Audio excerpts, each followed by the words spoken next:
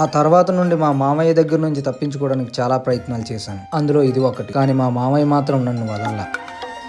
Cherry, ఇక్కడికి ఎలా వచ్చినా నడబోతున్నావా? నేను అడగకపోయినా మీరు ఎక్స్ప్లెయిన్ చేస్తారుగా. ఏంట్రో ఏం లేదు మాయా, మీరు కానివ్వండి. ఒక్కసారి నీ మొబైల్ ఓపెన్ చేయి, క్యాల్కులేటర్ ఓపెన్ చేయి. ఇదేంటి నా ఫోటో వస్తుంది?